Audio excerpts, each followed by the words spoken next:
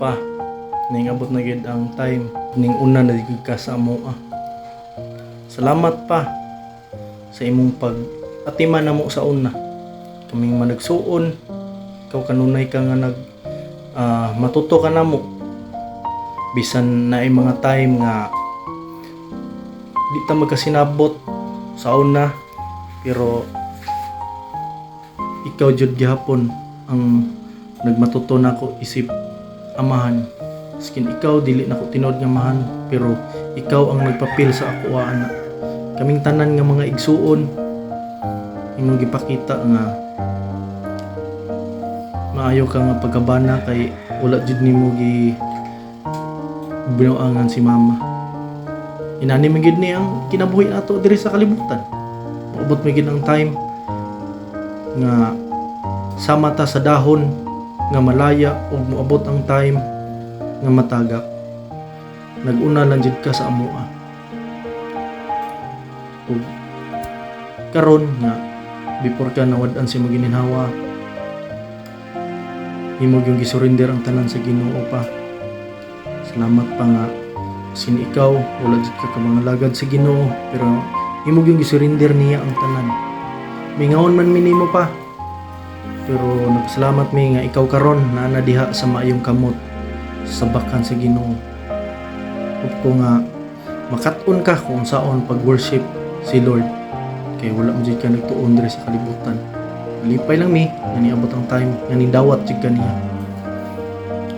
So subo man sa amo ang kasing-kasing palandungon nga naa nakasulod anang kahon, pero among dawaton tungod kay wala man jud tay mahimo or wala gid tay kanang kalaban sa kamatayon, moabot ug moabot yun tantanan dira dapita. Ayaw nagkabalaka sa mga pag-atiman sa baka nimo pa sa balay, marepera ni siya pohon. Importante nga nakapahulay na ka sa imong kasakit, sa imong pag-anto sa imong sakit.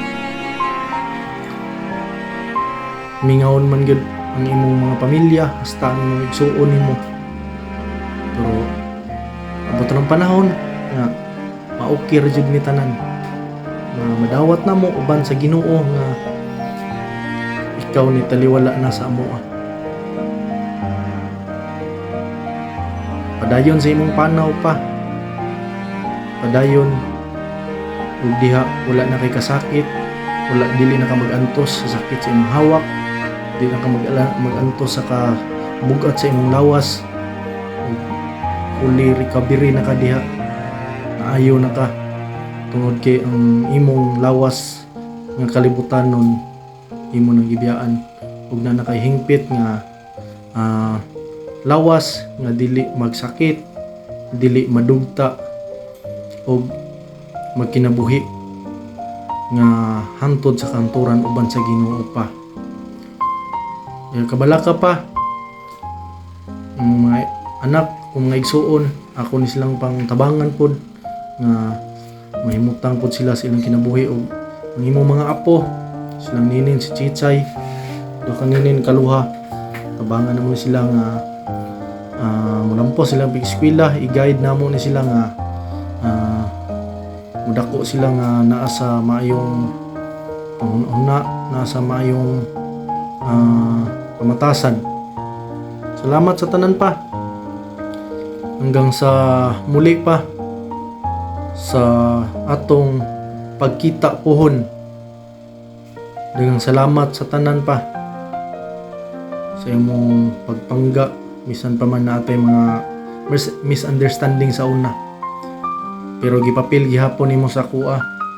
Ikaw nagtudlo sa ako og bike, ikaw nagtudlo sa ako buhat og tabanog, ikaw tigkuha og kaka sa una. Sa bata pa ko kay di ko kabalo mangita og kaka. Tanan-tanan imong gi-experience sa kuha. Maong nalipay pod kay ko nga inabot yun ang time na miskan naglisod na ka pero nakaari pa jud ka diri sa among kasal ning tambong pa jud ka. So ang tanan ay purpose pa. tungod sa dili man gyud kita may gagunit sa ato ang kinabuhi ng Ginoo ra gyud. Ang salamat og mingaon man minimo pa. Rest in paradise Papa Juni alias Gitubol. Ilado kay ka ng pangalan nga Gitubol pa. Basta gani Gitubol, wala lain Juni Sistoso na taga Purok 1 Pantaon.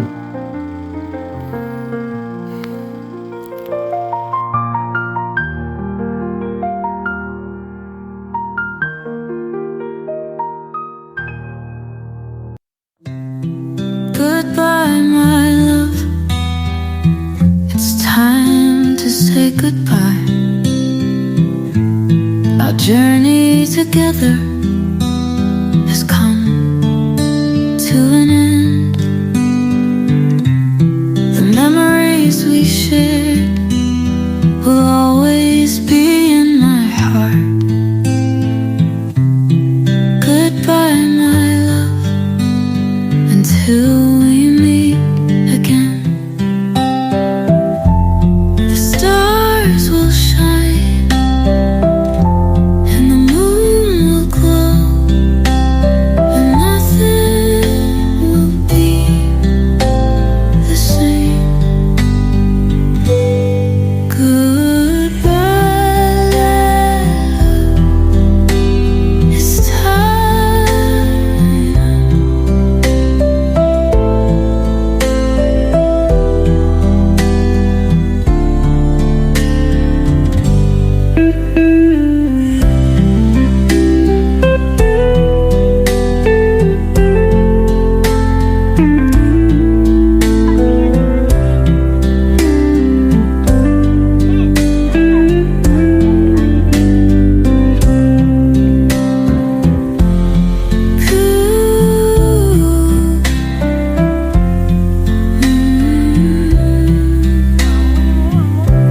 It's time.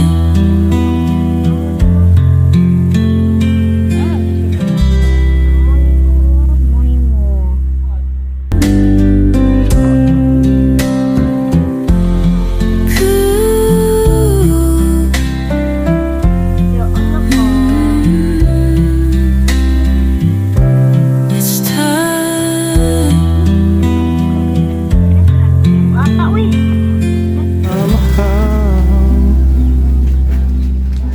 Mabuti ang Diyos na sa akin ay nagmamahal. Yes, Lord, hallelujah.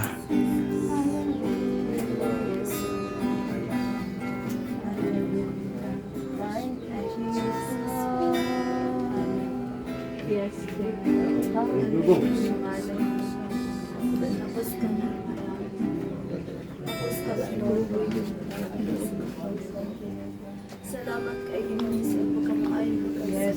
Yes, Lord. Salamat kay Ginoo sa pagkaya. Pagkadalay ko sa pangalan Yes, Lord. o Jesus.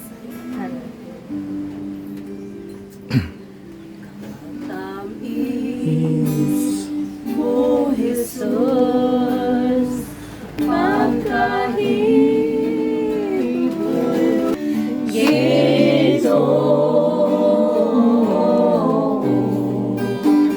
Sa himayain mo, giandaman.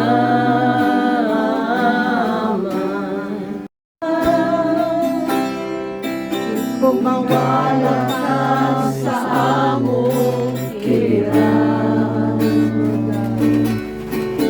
mapunsa man ang kanyang ni kalibutan.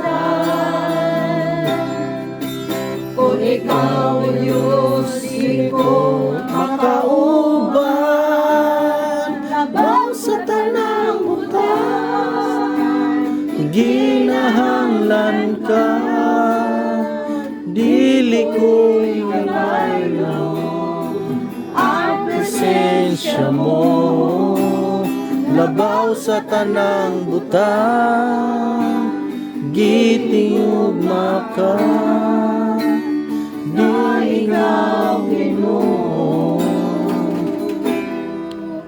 Ang kinabuhi ko. Nga uluhan sa kuwang i-share niyo karon mga igsuon sa dihang wa tumig mga ang ani nga mga higayon at tumig mga patay wat mag-service mig mga patay mga igsuon. No sa dihang wa ko ako adyong gi-analyze nga usa mo yung mensahe sa kamatayon para kanatong mga naabot ko ani nga pangutana mga igsuon. Naabot ko ani nga linya, naabot ko ani nga pulo nga ang mensahe sa kamatayon para kanatong mga tubig. Amen. Naghimo ani nga outline mga igsuon, mao ni ang pinakauna nga akong na butang sa kong kasing-kasing. Unsa man ang mensahe sa kamatayon para kanako. No ang pinakauna mga igsuon mao ni aron mapahinumduman tang tanan. No ang mensahe sa kamatayon pagpahinumdum ni kanatong mga buhi nga adunay utlanan ng atong ang kinabuhi mga igsuon. No pagpahinumdum na to ni nga nadyo mamatay juday ko diay. Mamatay juday kang tanan. Mamatay juday ang tawo, dili juday ka magpabiling buhi. No, mauni ang mensahe mga igsuon. No nga ang kinabuhi sa tawo mga igsuon mabugto jud siya. Kung ikaduha mga igsuon nga kung gibutang diri is mapahinumduman ta. Ang pinakauna is mapahinumduman ta. Ang ikaduha din mga igsuon mao ni warningan ta mga igsuon. No, usa may puta ning warningan ta. No, kay ngano man mga igsuon, ang mga tawo karon mga igsuon, wala na ipakabana sa ilang kinabuhi. No, kinabuhi diri sa pagpakasaya. Atong hinumduman mga igsuon nga ikaw ug ako mamatay ta. Kabalo ba mo mga igsuon nga ang kamatayon dili nimo ay katapusan sa tanan? No, ang uban mo mong sila patay na to siya, impas na ng utang ato niya. Example ako, okay ra nga mamatay ko aron impas na ng utang. Muna moingon ang uban gani, muna mintras buhi pa mo pangutang mo kay mamatay mo impas na tanan. Pero kabalo mo mga igsoon dili na maoy kamatuora na. Usahay mo gon masulo sa tong una-una mangod ingon anan lang mga butang. No, atong hinumduman na inighuman nato mga igsoon nga mawasa aduna tay kinabuhi ang atubango na to diya sa Ginoo mga igsoon. Nagingon ang pulong sa Ginoo sa Hebrews 97 mga igsoon nga ang tawo mamatay sa makausa. No, dili ang tawo mga igsoon magbalik-balik, mamatay siya, mabuhi na po, mamatay dili mga igsoon. Ang tawo mamatay sa makausa. Ug human ni ana, hukman siya sa Dios. Ug nag-ingon pod ang ikaduhang Korinto mga igsoon sa chapter 5 verse 8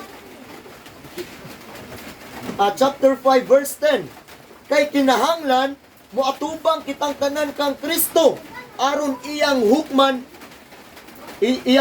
aron ang tagsa-tagsa makadawat sa angay kaniya sumala sa iyang nabuhat dinhi sa kalibutan maayo o dautan dinhi sa kalibutan. No kita nga mga tawo mga igsuon sa dihang mamatay ta aduna tay kinabuhi nga atubangon diha sa Ginoo. Ug mao ni ang pangutana karon. Ikaw ug ako andam na baka mo atubang sa Ginoo? Andam na baka mawala ani kalibutan na ug matubang sa Ginoo mga igsuon? Kabalo mo usay giingon sa pulong sa Ginoo nga hukman niya ang tawo sumala sa gibuhat niya dinhi sa kalibutan. Maayo o dautan. Kabalo mo mga igsoon unsa na nga hukom? Ang kita nga mga tawo hukman ta sa Dios. No kung maayo ang atong binuhatan nagkinabuhi ta sa kalibutan nga nagpalayo sa sala, nagkinabuhi ta sa kalibutan nga naglakaw uban ang Ginoo, nagkinabuhi ta sa kalibutan nga naglikay sa kinabuhing pagkadautan. Kabalo mo mga igsoon unsay saad sa Ginoo kung ingon ana ang kinabuhi sa tawo? Kinabuhing walay katapusan. Nakauban nato siya dito sa langit mga igsoon. Amen? Amen. Kitabang tanan gusto mo atog langit mga igsoon? Amen. Kitabang tanan? Amen. Kitabang tanan diri mo tuo nga adunay Dios? Kitang tanan. Ug mao na ang saad sa Ginoo mga igsoon. Ikaw ug ako mga igsoon, mutuo ta magkinabuhi ta sa kalibutan nga dawato na to ang Ginoo. Magkinabuhi ta nga maglikay sa pagkadautan ang saad sa Ginoo nimo mga igsuon ug nato kinabuhing walay katapusan nga mauban nato siya dito sa langit. Kabalo ba Amen. mga igsuon sa kanindot ang langit? Ang langit wala na paghilak. Ang langit mga igsuon wala na utang. Wala na utang-utang dito mga igsuon ha. Wala na away-away dito, wala na dinumtanay dito, wala na kasinahay dito, wala na mga igsuon. Ang langit puno sa kalipay. Ang langit mga igsuon dapit nga malipayon ang tanang tao. Wala una-unaon nga problema, wala na kasakit dito,